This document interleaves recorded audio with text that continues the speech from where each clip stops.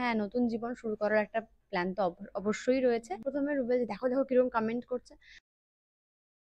অভিনয়টাই একমাত্র পেশা যেটা যেটা করে আমি আর মা বাবাকে ভালো রাখতে পারবো। সেটা আমার লাইফের একটা বিরাট বড় প্রায়োরিটি। আমি মানুষকে বেশি ভয় পাই। সুখও দরকার, কিন্তু শান্তিটা বেশি দরকার আমার জীবনে। তা নয়, আমিও খতরনাক, কিন্তু আমি খতরনাক হয়েও খতরনাকদের ভয় পাই। মা, রুবেল, বাবা, মানে আমার এইটুকুই গন্ডি, এইটুকুই পরিবার। এই একটু আস্তে কথা বলো। ব্যাকগ্রাউন্ডে শুনতেই পাচ্ছেন সিনের কিন্তু একদম জোরদার প্রস্তুতি, তার মানে সামনে আসতে চলেছে আরো অনেক চমক। হ্যাঁ, একের পর এক চমক দেখতে সবসময় কোন গোপনে মন বসেছে ধারাবাহিক জমজমাট থাকে। আর পাশে যিনি চারদিকে খেয়াল রাখে, একে তো সিনের খেয়াল, নিজের শরীরের খেয়াল কতটা রাখে সেটা একটু জেনে নিই। কারণ আমাদের সাথে রয়েছে এই মুহূর্তে আপনাদের খুব কাছের শ্যামলীর থেকে বড় কথা আমাদের খুব প্রিয় Shweta. Thank you. Welcome to টলিন সেট, যেটা প্রথমেই বললাম নতুন ভাবে শুরু, নতুন ভাবে দেখা। কেমন আছো? খুব ভালো আছে, তুমি ভালো আছো? একদম। আর এই যে পজিটিভিটি, কারণ একটু আগে বললাম শরীরের খেয়াল কতটা রাখো, কিন্তু তুমি এই যে একগাল হাসি নিয়ে বললে খুব ভালো আছি। একদমই ভালো তো, মানে থাকতেই হবে, কিছু করার নেই, সবটা দেখার জন্য, মা বাবাকে ভালো রাখার জন্য। প্লাস অনেক দায়িত্ব রয়েছে, সেগুলো মেনটেন করার জন্য ভালো থাকতেই হবে, ভালোই আছে। আচ্ছা, একটু বলো যে শ্যামলী চরিত্রটা আমরা সবসময়ই দেখেছি যে একদম অন্যরকম চরিত্র, সব জায়গায় প্রতিবাদী, আর এখানটায় হচ্ছে বুদ্ধি দিয়ে চলে বেশি শ্যামলী। সেক্ষেত্রে সে তারও খুব কাছের এই চরিত্রটা আমরা জানি। হ্যাঁ, হ্যাঁ। প্রচন্ড কাছের, কারণ একটু ডিফারেন্ট, মানে যে কটা চরিত্র আমি আগে করেছি প্রত্যেকটাই ভীষণ কাছের, ভীষণ ভালো। কিন্তু এটা কি মানে ওই হাতে অস্ত্র তুলে নেওয়া বা মানে ওই ভীষণ একটা মা দুর্গার রূপ নিয়ে একটা প্রতিবাদ করা, সেটা সেই অর্থে নেই, কিন্তু অন্যভাবে আছে। মানে শ্যামলী ভীষণ একটা প্রখর বুদ্ধি রয়েছে, যেখান থেকে ও সব প্রবলেম খুব সহজে সলভ করতে পারে। ও বাড়ির প্রত্যেককে পাশে পায় এবং সবাইকে নিয়ে একসাথে যৌথভাবে প্রবলেম সলভ করে। এবং মানে সেই সলভ গুলো না খুব সুন্দর, মানে আমি সেটার সাথে, মানে আমি হয়তো এটা করতাম, মানে নিজের, মানে সাধারণ মানুষরা রিলেট করতে পারবে। তো তাই জন্য ভীষণ ভালো লাগে আমার করতে। আর যেটা আমি ভয় পেয়েছিলাম যে জোড়াবাড়িতে বাঘ এসেছিল, জানো নিশ্চয়ই, বাঘ ঢুকেছিল। তো আমি খুব ভয় পেয়েছিলাম শ্যামলী এমনটা না হয় যে চরিত্র থেকে বেরিয়ে গিয়ে হঠাৎ করে লড়াই করতে শুরু করলো বাঘের সাথে, যেটাকে ভয় পেয়েছিলাম, কিন্তু না সেখানেও। হ্যাঁ, একদমই তাই। যেমন নর্থ বেঙ্গলে আমরা প্রথম দিকে একটা সিন করেছিলাম, যেখানে দেখানো হয়েছিল যে বাঘ কিন্তু প্রচন্ড আওয়াজ, আগুন, মশাল এগুলোকে ভয় পায়। তো ঠিক সেইভাবে এখানে ওই কাঁসর ঘন্টা বাজিয়ে, শাঁখ বাজিয়ে, যে যা পেরেছে বাজিয়ে বাজিয়ে ও ব্যাক করে একটা ঘরে ঢুকে গেছে, তারপর ওকে আটকে দেওয়া হয়েছে এবং বন দপ্তরে খবর দেওয়া হয়েছে, সেখান থেকে এনে বাঘকে নিয়ে চলে যাওয়া হয়েছে। তো সবটাই খুব মানে আহ সঠিক ঠিকঠাক নিয়ম মেনে হচ্ছে আর কি, তো সেটা আমার খুব ভালো লাগছে। একদমই। আচ্ছা, যেহেতু বাঘের কথা বললি, সামাজিক মাধ্যমে ভীষণ সক্রিয়, তুমি নিশ্চয়ই দেখেছো পোস্টের কমেন্ট গুলো। না গো, আমি না প্রথমত কমেন্ট প্রথম থেকে খুব কম পড়তাম। মাঝখানে কিছু, মানে সময়ের জন্য নয় গো, আমি কমেন্টে আমি নেগেটিভ জিনিসগুলোকেই না খুব অ্যাভয়েড করতে পছন্দ করি। তো সেই জন্য আমি যদি কিছু ভালোবেসে পোস্ট করলাম, তো তাতে কেউ পজিটিভ কমেন্ট করলো, কেউ নেগেটিভ কমেন্ট করলো, সেটা আমি অতটা দেখতাম না। সেই কারণে আমি, দেখবে আমার ফেসবুক ইয়েতে পোস্টে বা ইনস্টাগ্রামে আমি প্রত্যেক কমেন্টসে ঢালা লাইক দিই।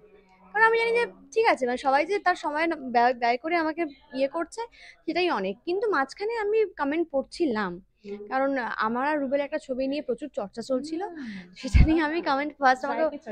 হ্যাঁ, তো ও আমাকে জানায় প্রথমে, রুবেল যে দেখো দেখো কিরকম কমেন্ট করছে।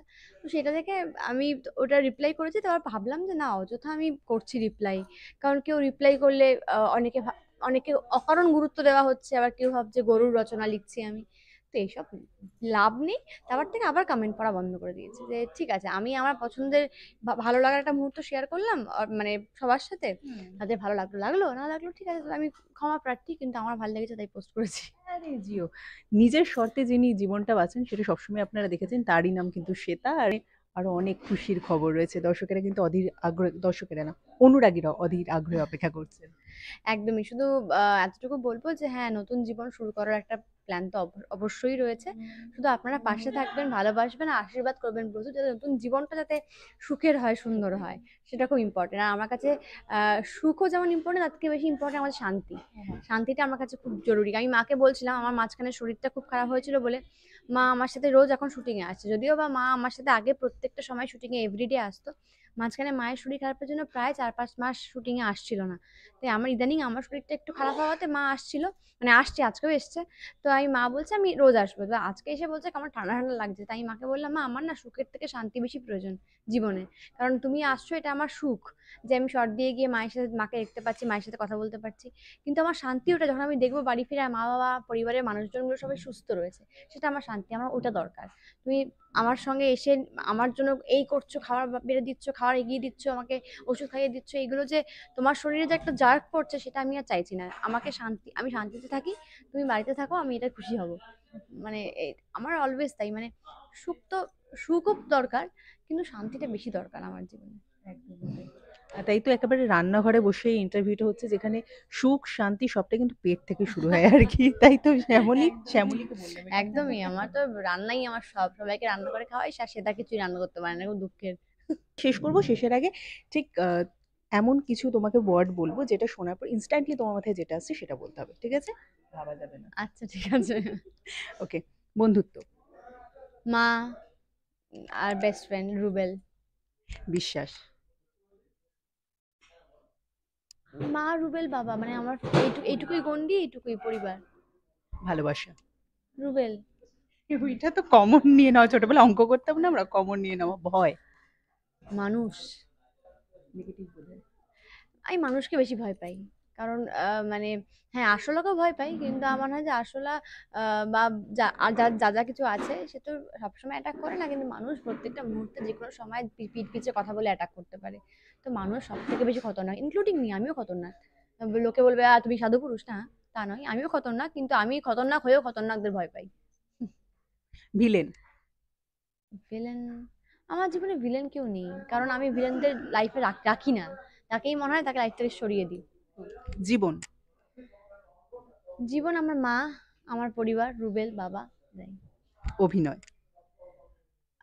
আমার এক্সিস্টেন্স, মানে আমি, আমার অভিনয় ছাড়া এটাও বলা চলে, অভিনয় আমার ভালোবাসা, আমার প্রেম, আমার ভালো লাগা, সবটাই, কারণ এখন অভিনয়টাই একমাত্র পেশা যেটা যেটা করে আমি আর মা বাবাকে ভালো রাখতে পারবো, সেটা আমার লাইফের একটা বিরাট বড় প্রায়োরিটি। ভালোবাসা কিন্তু একটা নাম মিস হয়েছে, আপনারা জানেন তো, নাচ। সেটাও রয়েছে কিন্তু। Thank you so much Shweta. সামনে অনেক চমক আসছে, দর্শকেরা রোজ দিন নজর রাখছে, তাদেরকে কি বলবে, কারণ তাদের এই অপার ভালোবাসায় কিন্তু তোমাদের অনেকটা পথ আরো এগিয়ে যেতে হবে। একদমই একদমই, এটাই বলবো যে আপনারা দেখুন 8:30টার সময় কোন গোপনে মন ভেসেছে, সোম থেকে শনি রাত 8:30টায় জি বাংলায়, কারণ আপনাদের ভালোবাসাই একমাত্র কাম্য, আমাদের একমাত্র কি বলবো, আহ, এমন একটা জিনিস আপনাদের ভালোবাসা, আপনাদের আশীর্বাদ, যেটা ছাড়া একটা পদক্ষেপও হাঁটা খুব কঠিন। তাই আপনার সঙ্গে থাকুন, যেভাবে ভালোবাসছেন সেভাবে ভালোবাসতে থাকুন। Thank you. আর শ্বেতাকেও ভালোবাসাটা একদমই কমানো যাবে না। আর শ্বেতার জীবনে আরো অনেক গল্প জানার জন্য সেটা তো রয়েছে সামাজিক মাধ্যম, আর এরকম অফ স্ক্রিন আড্ডা দেখার জন্য অবশ্যই নজর রাখুন চল ইনসাইট চ্যানেলে।